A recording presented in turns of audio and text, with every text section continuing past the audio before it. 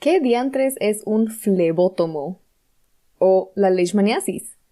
¿Cómo así que hay que incriminar a un vector?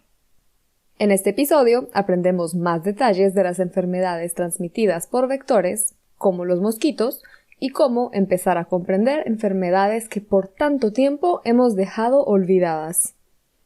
Hoy hablamos con la bióloga guatemalteca y máster en enfermedades tropicales, Jamie López. Jamie nos comparte cómo de un interés inicial por los mamíferos y otra fauna carismática, llegó al mundo de los insectos y las enfermedades que ellos pueden transmitir. Pero el interés por los mamíferos nunca la abandonó, y fue lo que de forma indirecta la llevó a iniciar el estudio de la leishmaniasis, una enfermedad que llega a pocos titulares, pero a la que le deberíamos prestar más atención. Flebótomos, incriminación de vectores, mosquitos con fetiches, malaria, zika, leishmaniasis y más de una lección de por qué nunca decir nunca. ¡Empecemos! Hola, somos Dayan, Kat y Rana, tres científicas guatemaltecas convencidas que las carreras en STEM son para todos, no solo para aquellos a los que les va bien en mate.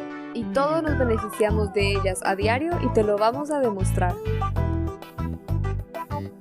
Bienvenidos a Epistemas. Bueno, buenas tardes, buenos días, buenas noches. Hola Jamie, bienvenida a Epistemas. Estamos muy felices de tenerte por aquí y estamos muy emocionadas por poder conocer tu historia. Y bueno, como en todos nuestros episodios, nos gusta empezar con una pregunta y esa pregunta es, ¿quién eres tú? ¿Quién es Jamie López? Bueno, primero, muchas gracias por la invitación. Realmente es un honor estar acá. Estoy un poco nerviosa, no lo voy a negar, pero espero que sea de bastante utilidad para las personas que nos están escuchando. Bueno, ¿quién soy yo? Es una pregunta bastante compleja. Creo que nunca me la habían hecho antes, la verdad. Así que te puedo decir, soy una mujer guatemalteca, soy bióloga, bióloga de enfermedades tropicales. Soy una mujer trabajadora, una mujer con muchas metas. Soy hija, soy hermana, soy amiga y soy una mujer que quiere dejar un impacto positivo en su país y en todos lados donde va.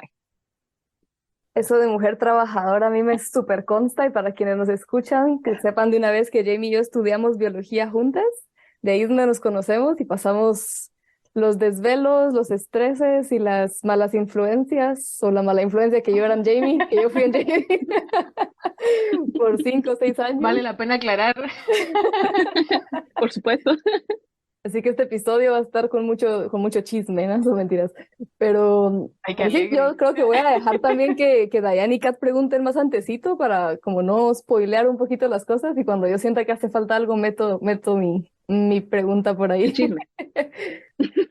Bueno, pero antes de empezar con tu rumbo profesional y que dijiste que sos bióloga de enfermedades, antes de llegar a eso, nos gusta también conocer a nuestras invitadas de una manera más personal y quiénes son afuera de la vida profesional, afuera de Jamie científica, qué más haces, qué más te gusta hacer en tu tiempo libre, qué pasatiempos tienes, qué haces cuando no estás viendo mosquitos en el laboratorio. Y ya me va a caer la primera regañada porque no son mosquitos, son moscas, perdón. Y Spoiler. tampoco son flebótomos. Ok, Está bien. ya vamos a aprender de eso. Aceptamos moscas, no, sí, está bien.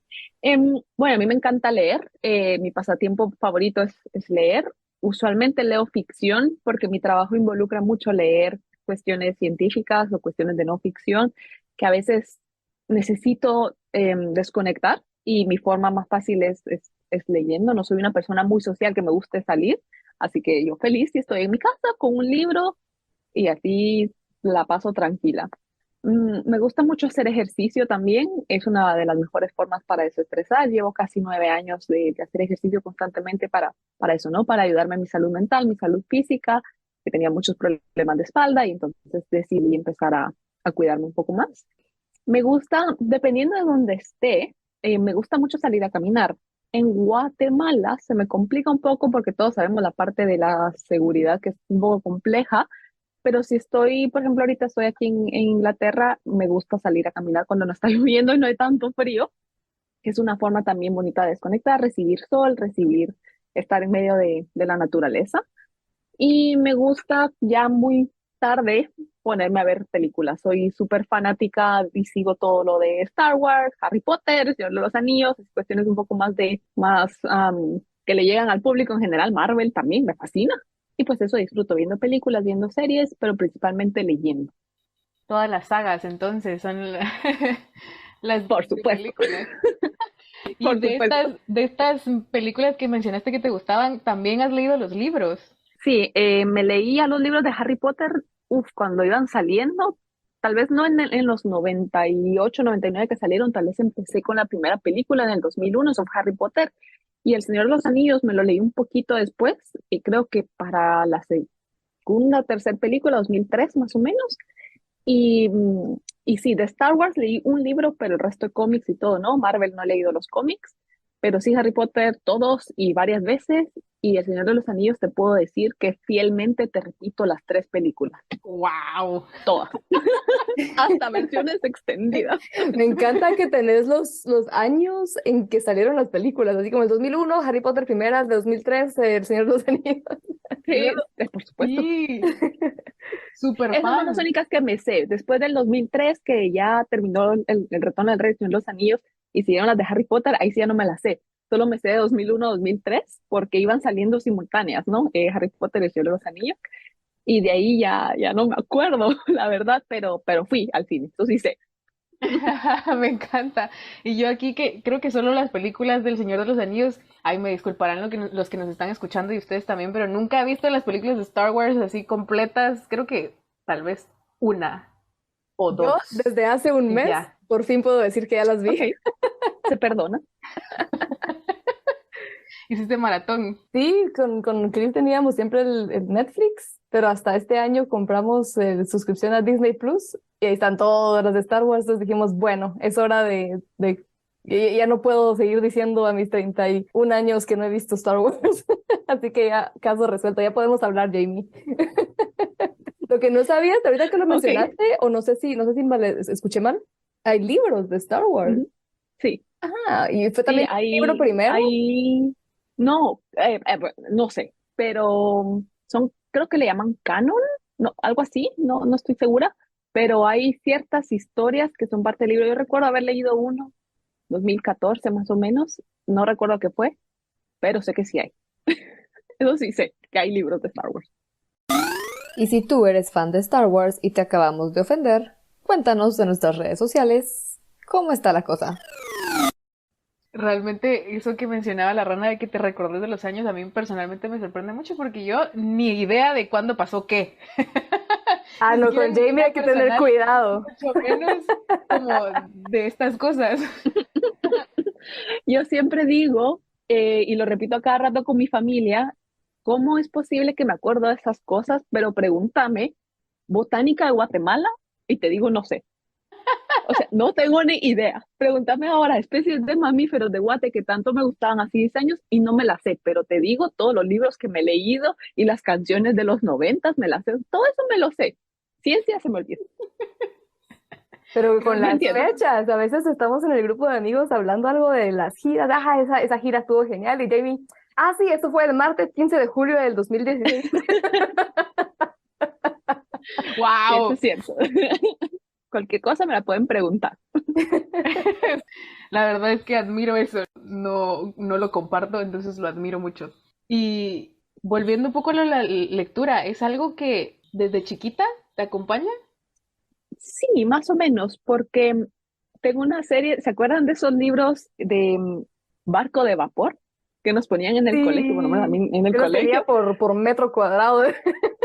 y por colores, ¿no? Porque Sí. iba por edad, y los celestes, creo que 7, 8 años, y etcétera, ¿no? Entonces, cuando tenía más o menos 7, 8 años, yo soy zurda, igual que la rana, mi letra no era la mejor. Y recuerdo, no sé en qué año de colegio fue, la profesora dijo que tenía que hacer planas y practicar mi caligrafía porque estaba un poco fea. Y me compraron esta serie de libros de barco de vapor de Mini, era una chica, una niña de Austria, y los tenía que copiar. pero al final eran como, no sé, 10 libros, entonces y hasta ahorita todavía me acuerdo y puedo recitar la primera frase de uno, que me acuerdo re bien. Y entonces ahí empezó, pues más o menos ha de haber sido como en el 2000, más o menos 2000, 2001. Y luego mi hermana mayor me empezó a leer Harry Potter, ella me lo leía así en voz alta y me encantaba. O sea, yo sabía leer y yo me podía sentar a hacerlo. No, no estoy segura por qué ella se sentaba a leérmelo, pero yo era feliz que ella llegara a mi cuarto, entonces poníamos a leerlo. Y de allí, por temas de colegio y de la U, dejé de leer, pero cuando ya me estaba a punto de graduar en 2014, el último año, empecé otra vez. Y ahí ya como empecé como esos retos de leer cierto número de libros por año y lo he mantenido ya constantemente desde 2014. Justo te preguntaba porque mencionabas que te gusta leer ficción, un poco como para desconectarte de lo que haces todo el tiempo, que es estar leyendo pues cosas más técnicas, ¿no? Más de ciencia. Entonces, De tal flebotomos. vez pensé, de Tomos. flebótomos, sí. Ya vamos a yo ya voy a preguntar qué es porque no tengo idea. Pero Claro. eh, se me ocurría que tal vez de chiquita leías como cosas también de ciencia o algo por el estilo. Entonces, por eso la pregunta. Pero en ese caso, entonces, ¿cómo empezó tu interés por la parte científica? Honestamente, no recuerdo un momento en el que yo haya dicho voy a hacer ciencia, pero cuando yo era pequeña me preguntaban qué quería hacer, siempre contestaba veterinaria, porque me encantaban y me encantan los animales, pero las especies carismáticas, ¿no? Que todos vemos, ay, sí, qué tan bonito el oso panda, que el león, que el delfín, etcétera, todas estas especies que todos conocemos y me fascinaban y yo me miraba siendo veterinaria. Eso ya es como más o menos parte científica, ¿no? Creo que también influyó de cierta forma que mi hermana iba encaminada, iba enfocada en ciencia. Entonces creo yo que eso también de cierta forma me influyó, de seguro yo soy hermana menor, admiro a mi hermana grande. Y cuando ya estaba en el colegio en primaria, como a los 8 años, yo dije, quiero ser médico. ¿Por qué? No sé. Y se me metió que iba a ser neurocirujana. ¿Por qué? Tampoco sé.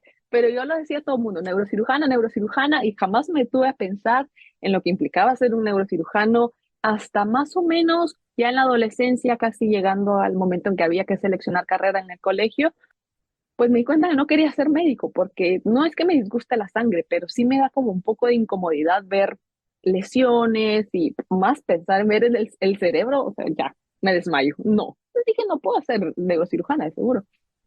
Y dije, bueno, pero como me gustan los animales, tal vez puedo ser veterinaria, puedo regresar a lo que dije cuando tenía 5 años. Pero es lo mismo, abrir un animal, abrir un ser humano y hacer lo mismo. Entonces dije, no, tampoco. Y busqué en la oferta académica de Guatemala, que era lo más cercano, y pues biología. Y dije, bueno, eso no va a implicar estar abriendo animales. Estaba equivocada. Pero, o sea, no tenía que hacer operaciones, ¿sabes? Ni parte clínica. Así que ahí fue que los que me inscribí en la universidad nos llevaron en el colegio a ver la U, me gustó, me inscribí y bueno, aquí estamos el día de hoy. Yo no me sabía eso de la neurocirugía. Y lo de veterinaria sí me acuerdo, pero me dio risa cuando dijiste el por qué, cuando empezaste a decir por qué no medicina, pensé que iba a ser porque no querías lidiar con gente. Ah, también, sí, cierto, cierto. Yo dije, como no me gusta la gente, si me dedico a trabajar con animales, o sea, mi interacción con personas va a ser mínima. Yo me imaginaba así Jane Goodall viendo los chimpancés, ¿saben? Que ella, o sea, su interacción en los chimpancés, y dije, ese es mi trabajo soñado, me voy a una cabaña a lo lejos, no interactúo con nadie, estudio mis animales, perfecto, aguanto los años de universidad, ¿por qué no? Y así que sí, tenés razón, no me acordaba de eso, yo que no lo quería decir. No, pero sí fue bien importante eso, no quería interactuar con humanos. Saben que acaban de desbloquear algo que yo solía decir, así como yo tampoco quería trabajar con gente y por eso decía, pues hongos y bacterias en el lab, qué mejor que eso. Eso está mejor que trabajar con animales, porque los animales todavía te hacen ruido, el hongo no te va a hacer nada, pues, Nos desbloqueaste el recuerdo de las dos ranas. definitivamente. Sí, yo creo que en cierta medida todos pasamos por eso, pero al final la verdad es que desde cualquier carrera más de algo de interacción humana toca. Spoiler. Siempre, siempre. Bueno, y entonces tenías todo este interés por la fauna carismática de una u otra forma. ¿Qué, digamos, qué esperabas cuando entraste a biología? ¿Qué esperabas ya viniendo con esa idea y la realidad, ¿no? ¿Qué tanto de esto sí hay o no en la carrera? ¿Fue lo que esperabas o no? Ja, o sea, sí. Y insisto, en el momento fue lo que, tal vez ya viéndolo como de modo nostálgico, que ya pasaron muchos años, tal vez sí fue lo que esperaba. Bueno, más o menos, porque realmente mis intereses, los más importantes en la carrera fueron los cursos selectivos que nosotros tomamos, no los que fueran como la parte importante del pensum, ¿no? Sino que, por ejemplo, el curso de mamíferos lo tuve que tomar como uno de los selectivos y lamentablemente solo teníamos dos y yo quería estudiar todo, pues, y no me daba el tiempo para meterme a tantos. Entonces sí fue como un poco complejo eso de buscar mis intereses por aparte. La parte básica de lo que nos enseñaron, no me quejo, por supuesto, no todo fue perfecto, hay unos cursos que podrían haber mejorado, pero sí, o sea, fue lo que esperaba. Yo cuando entré me quería salir con ese conocimiento como general de los animales carismáticos siempre cuando entré, ¿no? Después pues me fui dando cuenta de que me gustaban otros animales no tan carismáticos como los murciélagos. Eso fue un descubrimiento muy, muy interesante para mí porque jamás me imaginé que iba a estar feliz en Cerro San Gil poniendo aquellas trampas de murciélagos que pusimos y que tenemos una buena historia de eso que con la rana, que si no las has contado, la tenemos que contar y alguien la tienen que escuchar. Y si quieres escuchar esta anécdota, ya te la habíamos contado en el episodio número 55 de Epistemas con el biólogo y bombero guatemalteco Alejandro Santizo. Pero sí, creo que fue una experiencia enriquecedora, bastante buena en lo que cabe y que sí tuvo bastante aprendizaje y me ha servido para lo que estoy haciendo ahora. Pero a mí me da mucha curiosidad que empezaste con un gusto por animales carismáticos y ahora estás trabajando con algo que se Lo aleja menos bastante de, carismático, ajá, lo menos carismático. O sea, ¿cuál era el nombre? ¿Flebótomo? flebótomos. Entonces, me da mucha curiosidad cómo llegaste a eso. Primero, ¿qué son y cómo llegaste a eso? Bueno, los flebótomos son los, los insectos vectores de una enfermedad de la piel que se llama leishmaniasis. En áreas endémicas de Guatemala o en áreas donde se da la enfermedad, se le conoce como mosca chiclera, por eso la rana dice el tema de mosca, lo cual es aceptable, porque la enfermedad estaba asociada hace muchos años a las plantaciones de chicle que habían en el Petén. Ahora pues ya la situación ha cambiado, pero el nombre oficial, digamos, del insecto es flebótomo.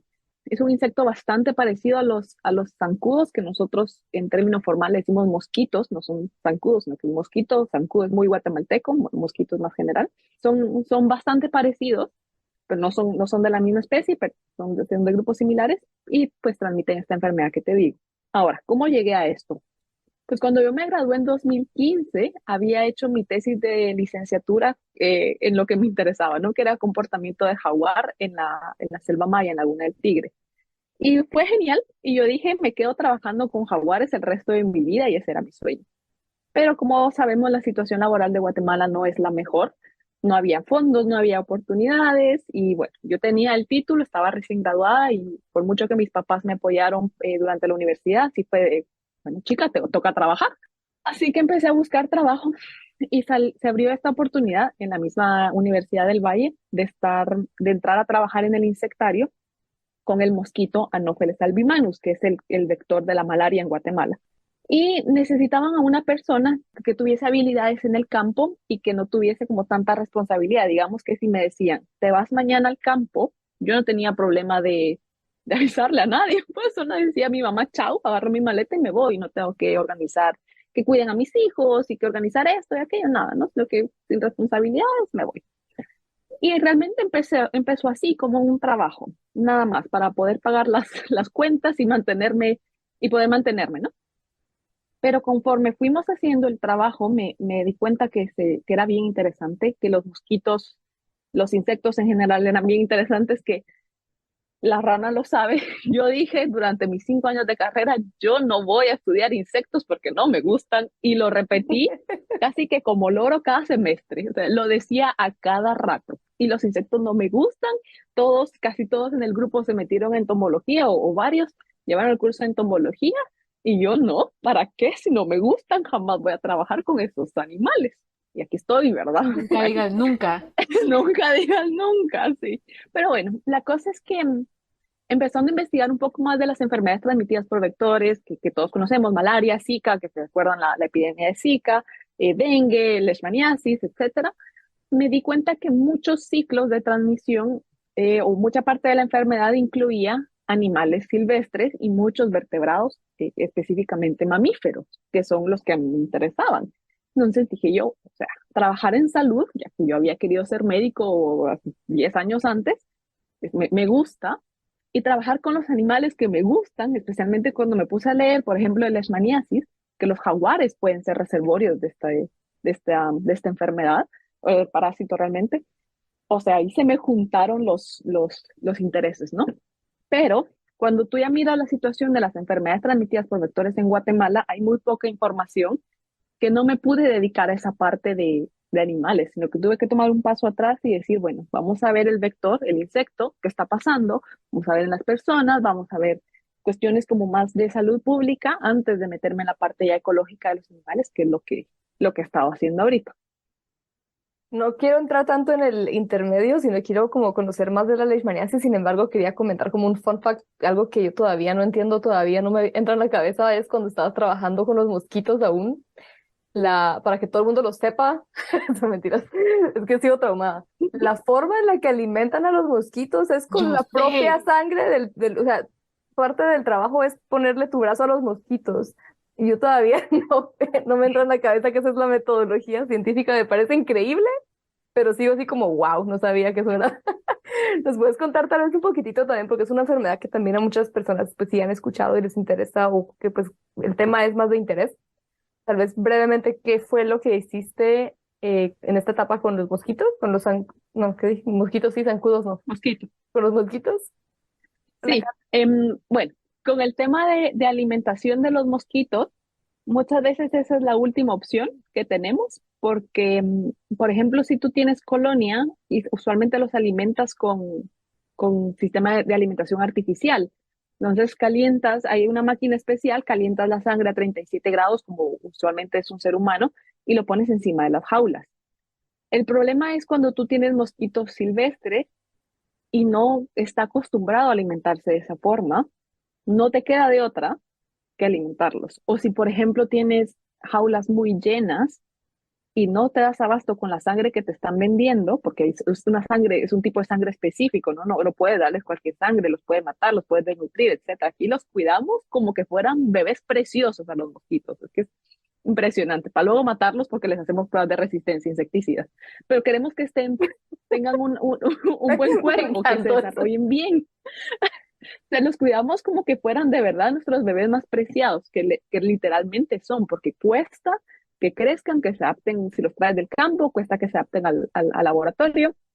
Y entonces tú te entregas en cuerpo, alma y sangre al mosquito para que se desarrolle, para que la hembra se alimente, ponga sus huevos y luego tú ya puedas hacer los experimentos, ¿no? Necesitas un mosquito de buena calidad. Entonces muchas veces únicamente responden a una persona viva, a un ser humano. Y pues, o sea, nadie te obliga y es algo que tú decides y dices, bueno, miren, voluntariamente yo lo voy a hacer, firmas y todo, porque, o sea, no es lo más apropiado que digamos. Y luego mete las manos a la jaula y pues ya, ahí te vas. Y esa es la forma de alimentarlos. Pero bueno, ese es el tema de alimentación. Ahora con mosquitos, ¿qué hice? Yo estuve trabajando con mosquitos casi 4 años más o menos e hice de todo. Primero estábamos viendo tema de comportamiento en el campo del mosquito de la malaria, el Anopheles albimanus, porque si ustedes han visto en muchas áreas de Guatemala, la gente duerme bajo pabellones mosquiteros, ¿no? Para evitar las picaduras, ¿no? Cuando nos vamos a Petén, a Escuintla, o sea, a veces los hemos usado, ¿no? Petén y Escuintla son regiones al norte y al sur de Guatemala, respectivamente, y son de las zonas más calientes y húmedas, donde las probabilidades de contraer enfermedades transmitidas por mosquitos son más altas. Y hay datos de ciertos países que emergió en esa época que los mosquitos están atraídos a ciertas áreas específicas de tu cuerpo. Entonces se vio mucho que el mosquito de la malaria de África le interesaba mucho los pies. Pero nosotros, que sabemos que no necesariamente las mismas cuestiones que se ven en África se ven en América, pensamos ¿será que el mosquito de Latinoamérica, el de Guatemala, también le interesan los pies? ¿Y por qué esto es importante? Porque si tú tienes tu pabellón y tiene agujeros, el área donde esté el agujero puede ser riesgosa o simplemente el mosquito la va a ignorar. Entonces, por ejemplo, nosotros vimos que los mosquitos estaban muy interesados en la parte de cabeza y parte del tórax, del pecho. Obviamente necesitamos más estudios, ¿no? Pero si tenemos un agujero en el área de los pies, no va a ser tan riesgoso como si tenemos el agujero en el área de la cabeza, ¿no? Porque ahí es donde el mosquito se atrae. Entonces, esto lo hicimos en campo, colectando mosquitos silvestres de malaria en un área donde sabíamos que no había malaria, porque eso es importante, no nos vamos a exponer. Y luego los liberábamos en ambientes controlados, nos acostábamos en los pabellones por 2 horas para ver dónde se pegaban, y literal se pegaban, teníamos unas trampas pegajosas, y con eso vimos a dónde se acercaban. Eso fue uno. También buscamos los criaderos de los mosquitos. Estos animales se crían en agua, y las áreas más peligrosas de malaria en Guatemala usualmente están cerca de las áreas de caña de azúcar. Y como en las cañas de azúcar, para poder rociar la caña, se hacen cuerpos de agua artificiales. Tal vez si se empiezan a hacer muchos, pues se puede propiciar la crianza de estos animales, ¿no? Aunque no, ese no sea el fin, sino que sea pues cuidar la caña. Nosotros encontramos bastante presencia de mosquito en los cuerpos de agua en el medio de la caña. Eso fue otro. Luego nos pegó Zika, la epidemia de Zika en el 2017, y empezamos a hacer un proyecto regional con toda Centroamérica y la República Dominicana para evaluar la resistencia insecticida de los mosquitos del mosquito de Zika, Aedes aegypti. Entonces la idea era colectarlo con ovitrampa, se llama, que como su nombre lo indica, ovi, huevos. Uno colecta los huevos y los cría en el insectario, y luego se exponen, ya sea como inmaduros, larvas, al insecticida en el agua, o como adultos en un ambiente controlado en botellas para ver si resisten. Porque si resisten al insecticida, a las dosis que usan los ministerios de salud, pues tenemos un problema, porque no se van a morir y va a ser fácil que transmitan enfermedades. Sí, y eso fue mi trabajo con mosquitos durante mi época de mosquitos. Ahora flebotomos es otra cosa. A mí me encantaba siempre cuando, pues las pocas veces que hablábamos de esto, cuando hablas como de comportamiento de mosquitos, yo creo que muchas personas no pensamos en eso. O sea, cuando pensamos en enfermedades con mosquitos, pensamos indirectamente en el comportamiento, en el sentido de cómo los agarro con la raqueta eléctrica, ¿no? Pero no realmente como a qué parte La del violencia. cuerpo. Sí. Pero no así como, o sea, esto de los pies, yo incluso hubiera imaginado, y creo que aquí viene, no sé si es un mito o no, entonces tú me corregirás si sabes. Según yo, se atraían al CO2 que exhalamos.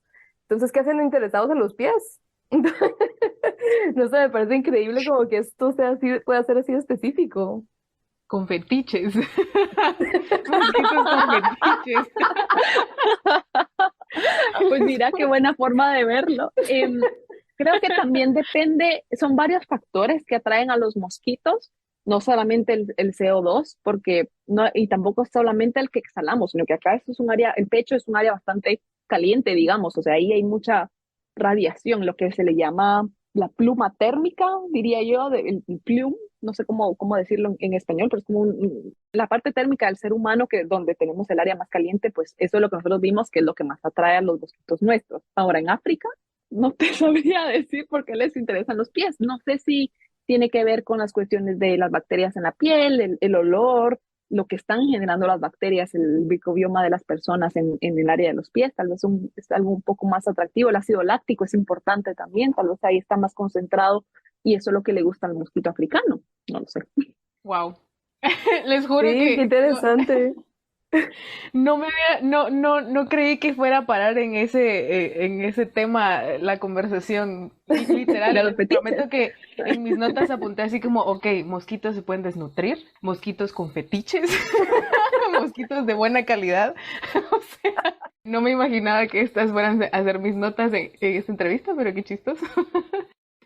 Yo tengo una pregunta que quería hacer desde hace ratos, pero como que la conversación siguió, entonces me dio pena hacerla, pero con todo el cuidado que le tenés que hacer a los mosquitos y toda esta dedicación que les tenés que dar, ¿no te da después como lástima tener que matarlos? ¿No te da como sentimiento? Es que A mí cuando me toca matar arañas para tener holotipos y demás, es como, no, no la quiero matar, le puedo tomar foto, no es necesario Ya con matarla. nombre todas, ¿verdad? Así como de, ay, esta se llama Paquita. Pero o sea, no sé si te dedicas tanto a los mosquitos y te esforzas. Supongo que debe ser como la gente que tiene bioterios y mira así como que las ratas y igual las tiene que matar y sí les duele, pero no sé. O sea, los mosquitos son como que el organismo odiado para excelencia, entonces no sé si por eso es diferente. No, fíjate que tal vez es porque no es el organismo que más me guste. O sea, a mí no me gusta el mosquito como, digamos, me encanta el jaguar. Yo me sentiría súper mal matando un jaguar porque es un animal que me fascina, lo estudié, etcétera. El mosquito, o sea, por supuesto, es un animal y yo sí me he hecho la pregunta de por qué cuando uno trabaja con animales como los mosquitos no debe pasar por un comité de ética como si trabajas con ratas, como tú lo dijiste, ¿no? Los bioterios. Requiere mucha regulación ética en el tema de los mosquitos, ¿no? Que es algo interesante.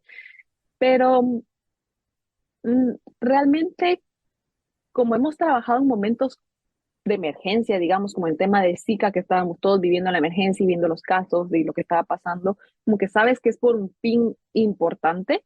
El tema de la malaria también, Guatemala está encaminada a la eliminación de la malaria, tenemos todavía ciertos residuos que son importantes atacar en el tema de control de vectores. Entonces creo que es por eso, porque como es un tema asociado a salud y salud humana, salud animal, salud ecosistémica, entonces como que es más, no, o sea, no le pongo tanto sentimiento, además es como más fácil criarlos. En un momento nos podemos tener un poquito de huevos y cuando sentimos se nos fue ya la mano y criamos más de lo que necesitamos, a diferencia de otras especies que solo te dan uno o dos crías, ¿no? Que es más difícil. Entonces creo que es por eso, pero ahora ya me va a dar pena. Ahora Muchas ya me hizo gracias. Gracias. Ahora que tenés a alguien juzgando tu poco amor por los zancudos, ya te va a dar pena. Ahora ya no quiero. Mira ahí, ¿qué tan diferente o similar es el trabajo que hiciste con mosquitos en el sentido de, pues, todo el mantenimiento, etcétera, con el trabajo con flebótomos y leishmaniasis? Totalmente diferente, porque la leishmaniasis es en el campo y lo único que llevé al laboratorio, el laboratorio fue base molecular, no fue insectario, porque no tenemos, en Guatemala no hay una colonia de flebótomos, colonizarlo es bastante difícil porque para establecer una colonia tú debes traerlo del campo, perdón, y lograr no solo que no se muera en el camino, sino que se empiece a reproducir y se adapte a las condiciones del laboratorio y estar seguro de que le estás dando buena comida, en el caso de los mosquitos el agua le sirve, etcétera. Para los flebótomos son organismos bastante más complejos que los mosquitos, son más difíciles realmente de estudiar porque no son acuáticos, sino que estos se crían en materia orgánica. Además, el flebótomo de por sí, el adulto, mide más o menos 3 milímetros, o sea, los mosquitos miden bastante más. Entonces, te puedes imaginar tratar de encontrar un lugar donde se están criando es bastante complejo, porque si el adulto es chiquito, las larvas y los huevos son todavía más pequeños. Entonces, no podemos replicar ese ambiente, ese ecosistema que necesitan para reproducirse en el lab. Además que necesitas grandes cantidades también para colonizar. Los mosquitos es fácil. En una noche puedes colectar hasta 800 individuos. Yo lo he hecho los flebótomos en 6 meses colecté 95. Entonces es complejo, ¿no?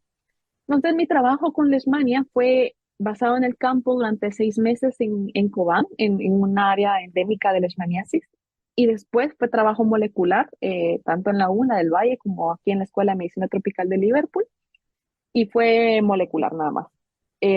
Pero sí, tenía que poner mis trampas, colectar a los bichos. Mi parte de insectario, digamos, fue en mi cuarto de hotel en Cobán, que simplemente era separarlos y empezar a tratar de saber si esto era macho o hembra, si era flebótomo o no flebótomo, y, y pues tener contacto con las personas que tenían la enfermedad también.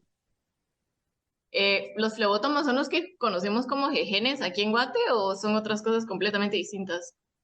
No, los jejenes son otros, los jejenes son los que cuando tú estás en el campo, digamos, en la playa, se te meten en los ojos. Eh, y son re Ya. complicados si tú parpadeas y lo mataste. Los jejenes son los ceratopogónidos, creo yo que así es la familia, y los flebótomos son psicódides, son otros. Pero los jejenes son vectores de virus en otros países, como aquí en Inglaterra pueden transmitir virus a ganado. En Guatemala, que sepamos, no hay nada registrado que sean vectores, pero sí son, o sea, hay genes, pero no son los mismos. ¿Saben qué son los flebótomos? Son hermanos, son de la misma familia de los insectos que son como triángulos que están en los baños, cuando uno, en las duchas, que no sé si los han visto, que los que con nosotros comúnmente llamamos mosquitos, no zancudos, mosquitos, que son Ujú, ujú. triangulares, son de la misma familia. Solamente que estos que están en los baños no son vectores, no se alimentan de sangre, no nada, pero son similares, son así de pequeños. Súper, súper. Bueno, entonces decía que hablamos un poquito del vector que estudias, pero no hemos como que aclarado qué es la leishmaniasis, porque también esa es otra de sus características, ¿no? Que de por sí es algo que no todo el mundo conoce. Y ya nos decías que llegaste a la malaria y que trabajaste con la malaria con Zika en épocas de emergencia. Y la leishmaniasis tiene una historia un poco distinta, ¿no? Porque no es que no sea importante o que no sea medio emergencia, pero es como le llaman desatendida. ¿Nos puedes contar un poquito sobre esto? ¿Y cómo llegaste a esto? ¿Cómo empezó todo esto? Bueno, vamos primero a cómo empecé.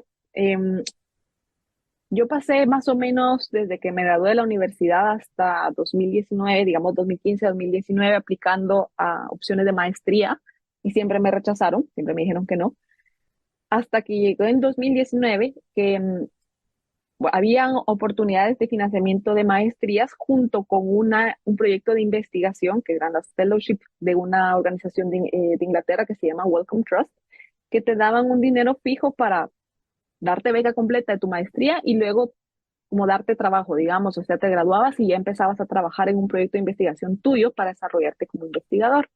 Y un colega del Centro de Estudios en Salud en la U, Juan Carlos Lol, ganó este premio. Solo fuimos los únicos dos de Guatemala que lo hicimos. Y él empezó trabajando con mosquitos de malaria y me decía, deberías aplicar porque seguro te la dan. Y otra vez, en una lección más de nunca digas nunca, pues yo decía, yo no quiero estar en el Reino Unido y que Reino Unido no y Reino Unido no. Y aquí estoy.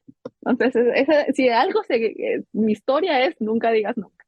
Pero bueno, entonces, para ganar esta beca uno debía proponer un tema para poder estudiarlo, ¿no? Y hacer la investigación en colaboración con alguna institución del Reino Unido. Entonces, como estuve trabajando con malaria y con Zika por mucho tiempo, que eran mosquitos, yo dije, no, yo quiero regresar a mi amor primero, que eran los vertebrados, los mamíferos, y dije, ¿qué enfermedad transmitida por vectores incluye ambos? Y era la leishmaniasis. Entonces, mi idea inicial era hacer un proyecto de investigación para determinar cuál es el reservorio, cuál es el mamífero no humano que tiene el parásito y puede estar propiciando la transmisión del parásito al ser humano. Y esto sonaba perfecto, pero como tenía que escribir la propuesta, al momento de revisar la literatura me di cuenta que ni siquiera sabíamos cuál era el vector, ni siquiera sabíamos cuáles eran las especies del parásito que actualmente están afectando a las personas, no sabíamos nada. Entonces, para generar esa información del mamífero necesitaba esta información base y como no estaba, entonces me di un paso atrás y dije, bueno, vamos a estudiar en un área en una comunidad de Guatemala que tenga altos número de casos de esta enfermedad para ver cuál es el vector, que sabemos que es el flebótomo, ¿no? Pero en Guatemala hay 37 especies de flebótomo. ¿Cuál de todos es? ¿Y qué parásitos es? El parásito de la leishmania es un parásito intracelular que está dentro de las células, pero hay más de 20 especies. Entonces, ¿cuál es? Y eso, pues mandamos la aplicación a Wellcome Trust con la Escuela de Medicina Tropical de Liverpool y sorprendentemente les gustó, les pareció muy buena idea. Y así es como yo hice la maestría en Liverpool y ahora pues estoy terminando este proyecto, estos meses extras, ¿no? Que eran 18 meses de investigación que podíamos hacer. Pero como yo siempre digo, nosotros estamos acostumbrados a hacer investigación con muy pocos fondos, así que los manejamos tan bien que nos quedó fondos para 8 meses más, que por eso estoy todavía contratada y estoy haciendo esto, porque logramos manejarlo lo suficientemente bien y ahorita pues ya nos quedó un poco de dinero y es lo que estamos usando ahora. Pero bueno, la leishmaniasis es una enfermedad, como dice la rana, es una enfermedad desatendida y esto implica que son enfermedades de poco interés. Aunque le afectan a muchas personas, la leishmaniasis da más o menos 1 millón de casos anual a nivel mundial en 98 países. Los fondos son muy pocos. No hay mucho interés, digamos, de desarrollar un medicamento que no sea tóxico, especialmente porque las principales personas afectadas son personas pobres, son poblaciones pobres en todo el mundo. Lo vemos muy asociado, por ejemplo, en Siria, los casos han aumentado para las personas que están viviendo cerca de los edificios derrumbados por la guerra, porque, como les digo, les gusta la materia orgánica, a veces basura, y ahí se crían los flebótomos, entonces pueden pasar la transmisión. En lugares como Guatemala también afecta a poblaciones pobres, las más principales son en el Petén y Alta Verapaz, pero es porque tenemos un ciclo silvestre en el que el flebótomo se cría en la montaña y afecta a las personas que están cerca. Y esto es interesante porque el flebótomo, siendo tan pequeño, vuela, porque sí vuela, tiene sus alas, pero principalmente salta, porque es tan chiquito y tan frágil que una gota de lluvia lo mata. Entonces, tienes que estar bastante cerca, tienes que meterte bastante para tener contacto con el flebótomo y que te pueda transmitir la enfermedad. Y en Guatemala es una enfermedad endémica, eso implica que hay transmisión todo el año, todos los años, pero solo está en ciertas áreas. Como digo, Petén y Alta Verapaz son las principales y son ciertas comunidades. Entonces, a nivel nacional no es una enfermedad importante, pero para estas personas es bastante importante. Y estamos reportando un incremento de casos a nivel nacional. Y el problema es que se puede expandir hacia nivel nacional la enfermedad. Pero no he dicho que es la enfermedad. Es una enfermedad de la piel que salen úlceras donde el flebótomo pica y allí en la úlcera, en la piel, está el parásito. Entonces el parásito invade, no se va hacia otros lados, fueron ciertos casos, y dependiendo de la especie de parásito, puede destruir la mucosa, digamos la nariz, el área de la boca o cierto, donde haya mucosa, o puede desaparecer. Pero para eso necesitas saber qué especie es y cómo tratarlo. Qué curioso, y gracias por decirlo porque Andrés siempre se va al campo y me dice, no te preocupes, no me voy a enfermar de nada porque ahí no hay nadie alrededor, entonces ya tengo que decirle, ponete por favor cosas para los zancudos porque si no te puede dar algo por flebótomos. Sí, repelente. ¿Y sí funciona el mismo repelente? O pregunta pendeja, así ignoro mucho de esto, la verdad. Si el repelente tendrá tal vez algo específico con mosquitos, ya no sé qué nombre decir contigo, mosquitos, zancudo y flebótomo. Esos que Fíjate vuelan. que no sé si el repelente funciona porque como nuestro objetivo es atraerlos, no podemos usar repelente. Entonces, yo no uso repelente en el campo, así que no sé, pero asumiría que sí, el DIT no es específico para mosquitos, creo yo. El DIT es el superhéroe del mundo de los repelentes contra insectos. DIT, NN-dietilmetatoluamida, es lo que puedes encontrar en casi cualquier repelente que puedes conseguir hoy día. A pesar de que llevamos utilizándolo por décadas, nunca ha estado del todo claro cuál es su mecanismo de acción. Hay mucha evidencia de cómo actúa en receptores de olfato y sabor de distintos insectos, pero no todo está 100% claro. Pero en 2019 ocurrió un descubrimiento fascinante. Además del olor y el sabor, también detectan el DIT con sus patitas. Las científicas que descubrieron esto trabajaron con mosquitos mutantes. La mutación que tenían estos mosquitos hacía que ya no pudieran oler, entonces el olor del DIT ya no los repelía. Pero al tocar la piel con el DIT volvían a emprender el vuelo y alejarse. Básicamente, para los mosquitos, tocar el DIT es como cuando sin querer nos paramos sobre un Lego.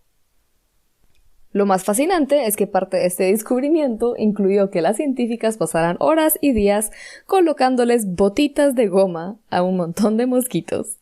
Te dejamos el enlace de este artículo en las notas del episodio. Interesante, y me gusta mucho también que existe el énfasis en lo que es una enfermedad de poco interés y cómo esto también resalta el interés que todas las personas que nos escuchan y nosotras tenemos que tener en nuestros países, porque justo muchas enfermedades para las cuales sí hay solución es porque ha afectado a gente con capacidad económica o países en donde la plata está para invertirle, y esto es algo que nos debería de importar en Guatemala, ¿no? Sí, totalmente. Iba a hacer un comentario que me llamó mucho la atención, el hecho que dijiste que estos flebótomos son tan chiquitos que una gota de lluvia los puede matar.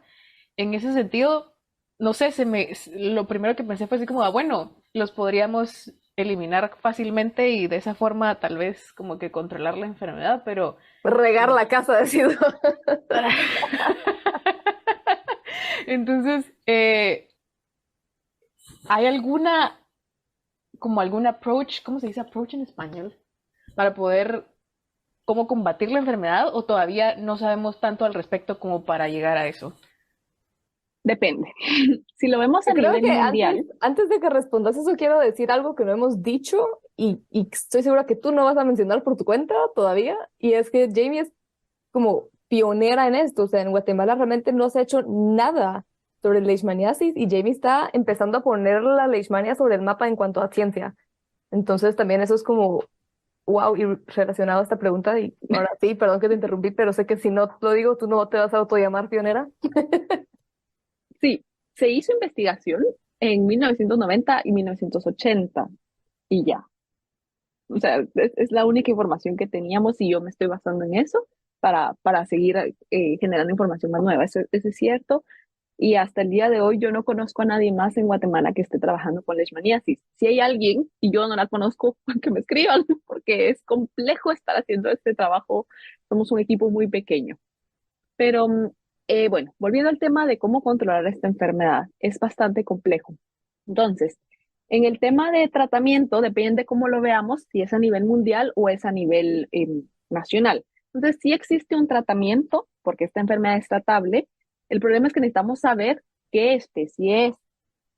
¿Por qué? Porque las especies responden diferentes a los diferentes, responden como de manera específica a los diferentes tratamientos. En Guatemala hay solamente un tratamiento, que el estándar, que son unas inyecciones por 20 días, una inyección diaria, dependiendo tu peso, a nivel intramuscular.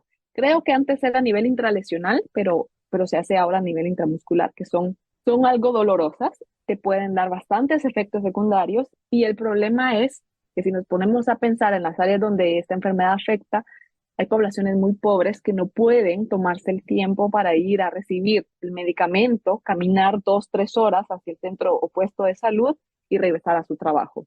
Entonces es difícil adherirse al tratamiento. A veces no hay tratamiento porque por X o Y razón, entonces se hace el tratamiento que se llama termoterapia y es quemar. Con una máquina específica se quema la lesión y se ha visto buenos resultados. El problema es la escasez de máquinas que hay y que también es un proceso doloroso. Pero bueno, entonces sí hay tratamiento, pero insisto, depende de la especie del parásito. Y como mencioné, hay 20 especies de parásitos que pueden causar esta enfermedad y en América Latina por lo menos hay unas 15, entonces somos un área bastante diversa. La cosa es que para saber qué especie de parásito es, tienes que hacer prueba molecular. Porque si tú haces el diagnóstico tradicional, que es microscopía, es tomar una lesión de la muestra, una muestra de la lesión, perdón, y verla en el microscopio, tú puedes ver que hay leishmania, pero la célula es igual en todas las especies y no puedes reconocer especie a nivel microscópico, jamás. Entonces necesitas hacer parte molecular, lo cual ya entramos en un tema más complejo de la disponibilidad de recursos del sistema de salud, ¿no? Entonces eso es difícil controlar. Ahora, en el tema del flebótomo, para controlar la enfermedad y prevenirla, tú debes saber dónde está pasando la transmisión, porque si, por ejemplo, la transmisión está ocurriendo afuera, en los campos de agricultura donde la gente está trabajando, las medidas de prevención y control son muy diferentes a que si está pasando dentro de la casa. Por supuesto, un lado estás en tu casa y si es un área muy calurosa y eres hombre, estás sin camisa, por ejemplo, estás en short, pero si estás trabajando, usualmente te proteges porque está el riesgo que te piquen los zancudos, los mosquitos, te muerda alguna serpiente, etcétera, ¿no? Entonces, varía mucho. Y la cosa es que si tú no tienes información, no sabes ni qué vector es, no sabes qué especie de flebotomo es, ¿cómo lo vas a diseñar? ¿Cómo vas a controlar la enfermedad? Entonces, eso es lo que nosotros estamos haciendo, obviamente a pequeña escala, y nosotros encontramos, o sea, en contra de todos los pronósticos, porque no lo esperábamos, nosotros encontramos muchísimos flebótomos adentro de las casas. Casi el 44% de las hembras, que son las que transmiten la enfermedad, el parásito, las encontramos adentro de las casas, y eso no lo esperábamos. Y a la hora de hacer la identificación de especies de flebótomos, vimos que son especies antropofílicas, que son especies atraídas por el ser humano. Esto es riesgoso porque estas especies, nosotros encontramos, han sido asociadas a leishmania, al parásito en otros países de América Latina. En Guatemala no lo sabemos porque hacer esa asociación correcta requiere muchísimo más trabajo y eso lo estamos haciendo la base, Esto requiere infecciones en insectario, infecciones con animales, etcétera, algo que no tenemos los recursos para hacerlo. Pero ya solo el hecho de saberlo y que ahí está presente, esto es peligroso. Y esto ya nos da un poco más de decir, miren, también hay que protegerse en casa. Esto no ocurre solo en las plantaciones de chicle como pasaba antes, y por eso se le llama la chiclera. No solo ocurre en el café, no solo ocurre en cardamomo, sino puede pasar en casa también. Esto es súper importante y algo con mucha utilidad para la población y para los ministerios de salud también. Recientemente, Jamie publicó un artículo de revisión sobre el estado de la leishmaniasis en Guatemala. Te dejamos el artículo en las notas del episodio.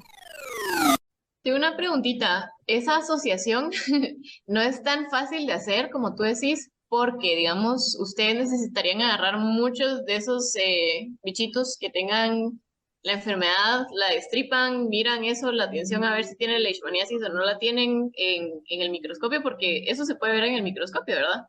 Y Sí, como sí que se tiene que puede. haber una cantidad específica de esos mosquitos que encuentren, bueno, de esos levótomos que encuentren con la leishmaniasis para poder decir que están relacionados o porque, digamos, pueden ser incluso que tengan leishmaniasis pero no directamente se lo peguen al humano. O como que realmente porque si tuvieras toda la capacidad monetaria de hacer cualquier experimento que tú quieres, ¿es algo que se puede hacer rápido o incluso ya con todo el dinero y todo es algo complicado?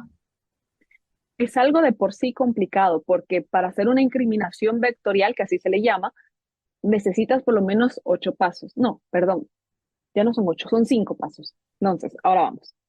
Digamos que tú encuentras flebótomos y los disectas en el microscopio y miras que tienen leishmania. Eso sí se puede ver, miras el movimiento. Ahora, el parásito lo encuentras en el abdomen, en el área, en el sistema digestivo del mosquito. Ahí tú no sabes si lo va a defecar, no sé si se va, o va a pasar toda la transformación, digamos, el desarrollo para llegar cerca de las glándulas salivales.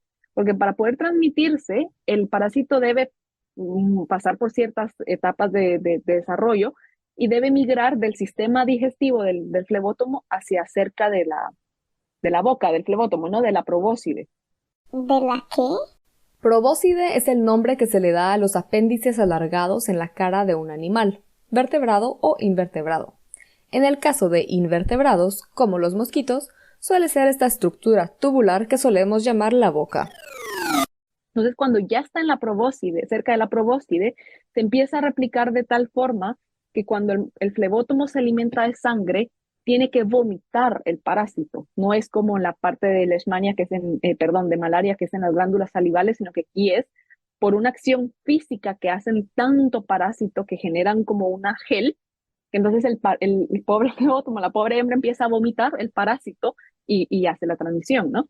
Entonces, si tú encuentras el parásito en el abdomen, en el sistema digestivo del flebótomo, no sabes para dónde va. Entonces ahí solo te puede decir si puede haber infección natural, que ni siquiera es un buen término, pero digamos, vamos a usar infección natural. Ahí está. No sabes si se va a defecar o va a seguir su ciclo de desarrollo. Eso es uno.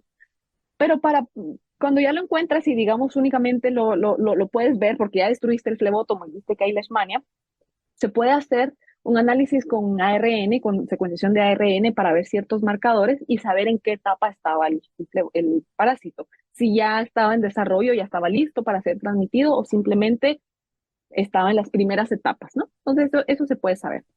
Ahora, encuentras parásito en flebótomo y es cierta especie de flebótomo. Necesitas colonizar esa especie de flebótomo para ver si puede hacer la transmisión. ¿Y cómo lo haces? Con un vertebrado. Utilizas, no sé, un ratón, un conejo o algún otro animal de laboratorio y tienes que hacer todo ese ciclo de transmisión. Y a la hora que lo logras e infectas el flebótomo con el parásito y lo pasa a un vertebrado, a un animal experimental, debes hacerlo al revés. Si el animal experimental pasa hacia un flebótomo, porque eso es un ciclo, por algo se llama el ciclo de transmisión, ¿no? Un flebótomo no infectado, que estaba limpio, que estaba sano, se alimenta de un animal que tiene la enfermedad y se va a infectar y luego lo va a transmitir y etcétera. Entonces tienes que probar eso, ¿no? Entonces necesitas colonizar, necesitas cultivar el parásito bastante, que el cultivo no es tan difícil, pero es muy caro y necesitas cierto nivel de protección y necesitas el animal experimental también. Y luego necesitas asegurarte que el flebótomo se alimente del ser humano, porque si solo ese se alimenta de animales no humanos, no es un riesgo para el ser humano. Entonces también tienes que hacer ese análisis. Entonces son varias cosas que hay que hacer, son varios pasos que tú debes seguir antes de decir, miren, este es el que está pasando, este parásito.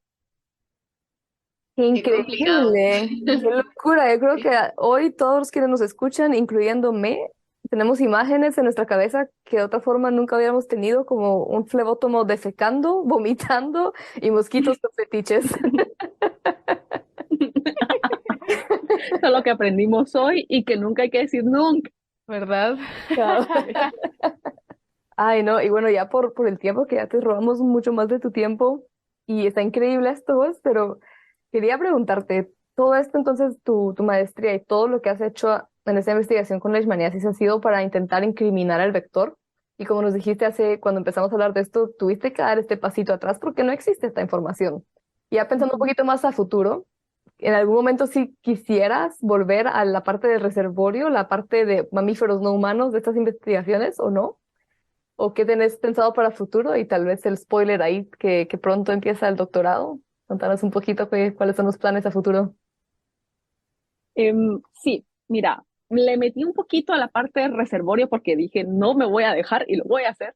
Y lo que estoy haciendo es que todos los flebótomos hembras que les encuentro sangre en el abdomen, les voy a hacer el análisis de ingesta sanguínea. Entonces, básicamente, mediante técnicas moleculares, puedo identificar la especie de vertebrado que alimentó ese flebótomo, ¿no? Eso es algo que ahorita está pendiente. Tengo que mandar las muestras a Corea porque ellos son los que hacen la secuenciación, Corea Macrogen, y ellos me mandan la secuencia de ADN y ya yo puedo distinguir la especie, ¿no? Idealmente, bueno, si encuentro humano, esto es bueno porque entonces sabemos que se están alimentando del ser humano, porque de estos flebótomos, uno alimentado lo encontré dentro de una casa. Entonces, es importante saber si es ser humano o no, porque si es humano, o sea, si hay riesgo de transmisión adentro de la casa. Y si son otras especies, por ejemplo, encontré especies de flebótomos que la literatura nos dice que se alimentan de armadillos o de murciélagos o de ratas, que pueden ser parte del ciclo de ratones de campo, ¿no? Que pueden ser parte del ciclo de transmisión. Entonces sí lo puse, pero no, o sea, por lo menos voy a saber, me voy a quedar con la curiosidad, no me voy a quedar con la curiosidad de saber qué especies están alimentando a los flebótomos, además del ser humano. Pero esto es o sea, yo podría construir mi carrera con esto. Y si tuviese todos los recursos, yo en Guatemala incrimino y hacemos experimentos y todo. El problema es que no hay muchos fondos y hay poco interés en esta enfermedad. Como les dije, es una enfermedad desatendida y estamos tratando de traer la atención hacia Guatemala para poder invertir más fondos y seguir estudiando esto, ¿no? Porque esto es únicamente en una comunidad de Alta Verapaz. O sea, son muchas otras comunidades. Está Petén también, está Huehuetenango, está Quiché, están emergiendo los casos ahorita. Entonces requerimos muchísima información base para poder después hacer esta parte de incriminación. Idealmente me encantaría seguir trabajando con esto, insisto, los fondos es complicado, pero sí voy a empezar mi doctorado en Leishmania, pero desde otro punto de vista. Honestamente, no sé en qué voy a hacer el doctorado, porque tengo dos opciones asociadas a Leishmania y no me he decidido. Entonces, una es en el tema del flebótomo, estudiando la regeneración del epitelio del sistema digestivo del flebótomo cuando se enfrenta al parásito de Leishmania. Esto se ha hecho mucho en la mosca drosófila y se sabe que sí hay ciertos genes inmunes, de inmunidad, perdón, que están asociados a la regeneración del epitelio, pero no se sabe qué ocurre en el flebótomo, que es vector, se alimenta de sangre, que algo en drosófila no ocurre, y el parásito de Leishmania no se limpia. Es una infección de por vida que tiene el pobre flebótomo, no sabemos cómo le afecta a nivel interno, ¿no? Esto es biología básica. Y por el otro lado, es el parásito de Leishmania como tal, pero viéndolo como un organismo modelo, porque el parásito en ciertos estados tiene un flagelo móvil y se mueve, ¿no? Se mueve bastante por adentro del insecto y cuando está dentro del mamífero, del ser humano, del mamífero no humano, el flagelo se le retrae y no se mueve, pero ahí está la base del flagelo. O sea, el flagelo existe, pero no es movible. Entonces, el parásito de Leishmania es estudiado como organismo modelo para ver evolución de flagelos en eucariota. Entonces, esa es otra línea. Ambas son en la ciudad de Oxford y no sé qué voy a hacer. Todavía no. Pero en septiembre empiezo cualquiera de las dos. Bueno, después de haber dicho que no querías Inglaterra. Yo sé, y aquí me quedé. El amor. El nunca digas nunca con Inglaterra, con insectos, y creo que una que no surgió en el episodio, pero que yo sí sé, fue el abandonar un poquito el trabajo de campo o combinarlo con más laboratorio, que otro nunca digas nunca, el tuyo era el no laboratorio, ¿ah? Nunca voy a hacer laboratorio. No te Y creo. ahora voy a hacer biología básica solo en el laboratorio. Mi doctorado, sea cual sea, va a ser biología básica, laboratorio. Tienes razón, eso es otra. Ala, ¿será que ese es el secreto de la vida? ¿Saben que yo dije que nunca me iba a venir a Asia? Yo igual, yo dije Si que no nunca quieres iba a algo, di aprender esto. alemán. No quiero $1.000.000. Qué bien. No, no, no. Ay, no, ¿para qué? No, yo no quiero. Sí, yo tampoco quiero. Así que sí, nunca digas nunca. Jamie, muchísimas gracias por haber estado con nosotras aquí el día de hoy. Hemos aprendido demasiadas cosas. Ya fuimos haciendo ahí resumencitos de cómo fuimos aprendiendo de bichos que vomitan, de bichos con fetiches y todo lo demás. Y de los últimos aprendizajes que queremos que les dejes a los que nos escuchan y a nosotras también, es un consejo. Y esa pregunta final y consejo que queremos que des es, ¿qué consejo le darías a tu yo de 17 años? Que no se rinda, que la vida mejora, porque yo no tuve la mejor experiencia en el colegio y a los 17 años era una niña, una mujer joven muy insegura en todo sentido y no estaba segura que las cosas me fueran a salir bien. Y si yo pudiera hablar con mi yo de 17 años, le diría, todo va a salir bien, sigue adelante, hay gente buena, hay gente que te apoya, que no necesariamente te van a estar tratando mal o burlándose de ti, y cree en ti, porque al final eres inteligente, no tiene nada de malo ser inteligente en muchas áreas, no se van a burlar de ti por ser inteligente, sino que hay gente que te va a apoyar y tú vas a confiar en ti misma y vas a crecer y vas a poder lograrlo. No escuches las opiniones de los demás que están muy sesgadas y tú sigue adelante porque lo puedes lograr. No, la verdad es que creo que es un consejo que personalmente creo que a mi yo de 17 años también le hubiera servido mucho escuchar y creo que a las yo de 17 años de todas aquí presentes, entonces gracias por compartirlo y creo que es algo que es necesario como que continuar haciendo, ¿no? Creer en nuestro potencial y rodearnos de las personas correctas. Entonces, gracias por ese consejo. Y entonces llegamos a la última pregunta de este episodio, que es, en tu opinión, ¿qué pueden hacer quienes nos escuchan hoy para apoyar el desarrollo de la ciencia en tu país o en la región? Pues tampoco rendirse, porque cuando yo apliqué a esta beca para estudiar y trabajar con leishmaniasis, hubo una persona que me dijo, ¿para qué? A nadie le interesa, la investigación ha estado muerta por 30 años y no te lo van a financiar. Y si yo hubiese escuchado a esta persona, pues no estaría aquí. Así que simplemente perseverar. Yo creía en algo, en que podemos hacer algo importante para la gente, generar información que va a ser útil para la gente de Guatemala, que son las personas usualmente más desatendidas por las autoridades, que nosotros podemos hacer un cambio.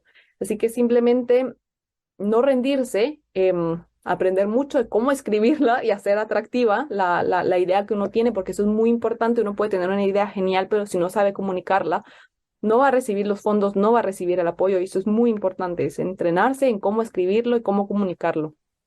Y de verdad no rendirse en el país. Hay muchas cosas que podemos hacer con recursos limitados, podemos hacer maravillas, no necesitamos millones de dólares, millones de quetzales, sino que bien planificado, bien ordenado y con apoyo lo podemos hacer. Y con esto de hacer un impacto, o sea, nosotros en ciencia medimos mucho los artículos científicos y todo, ¿no? Pero el impacto real para mí es lo más importante. Y con esto que nosotros encontramos, que encontramos muchísimos flebótomos adentro de las casas, estuvimos trabajando de la mano del Ministerio de Salud local, pasamos la información y me acaban de decir que repartieron mosquiteros, pabellones para la comunidad, para que la gente adentro de sus casas tenga un poco más de protección en contra de la picadura. Tal vez no es la mejor estrategia, porque hay que diseñarlo bien, el pabellón tiene que ser bastante más pequeño que el que se usa para los mosquitos, etcétera, pero es algo. Y esto, yo con esto digo misión cumplida. De verdad, es algo que no lo vamos a ver en el periódico, no lo voy a ver en mi CV, pero el saber que lo logramos es una satisfacción personal que dije, o sea, en serio, ya, esto es lo que quería. Así que es eso, es luchar por hacer un cambio, aunque sea que nadie lo sepa. Bueno, aquí ya lo conté, ¿no? Pero que sea para la gente, no para uno, sino para la gente y aportar algo. Y sí, eso es principalmente. Gracias, Jamie, por recordarnos que a veces debemos dar un pasito para atrás para acercarnos a lo que más nos llama y que en esos pasos podemos encontrar otras pasiones. Y por recordarnos también de lo importante de no dejar la ciencia en una publicación, sino asegurarnos de llevarla a donde más puede impactar. Y gracias a ti, que nos escuchas, por acompañarnos en un episodio más de Epistemas. Recuerda suscribirte en tu plataforma de podcast preferida, dejarnos unas estrellitas o un review y seguirnos en nuestras redes sociales y cuéntanos qué fue lo más fascinante que aprendiste en este episodio. Ahora sí, hasta la próxima.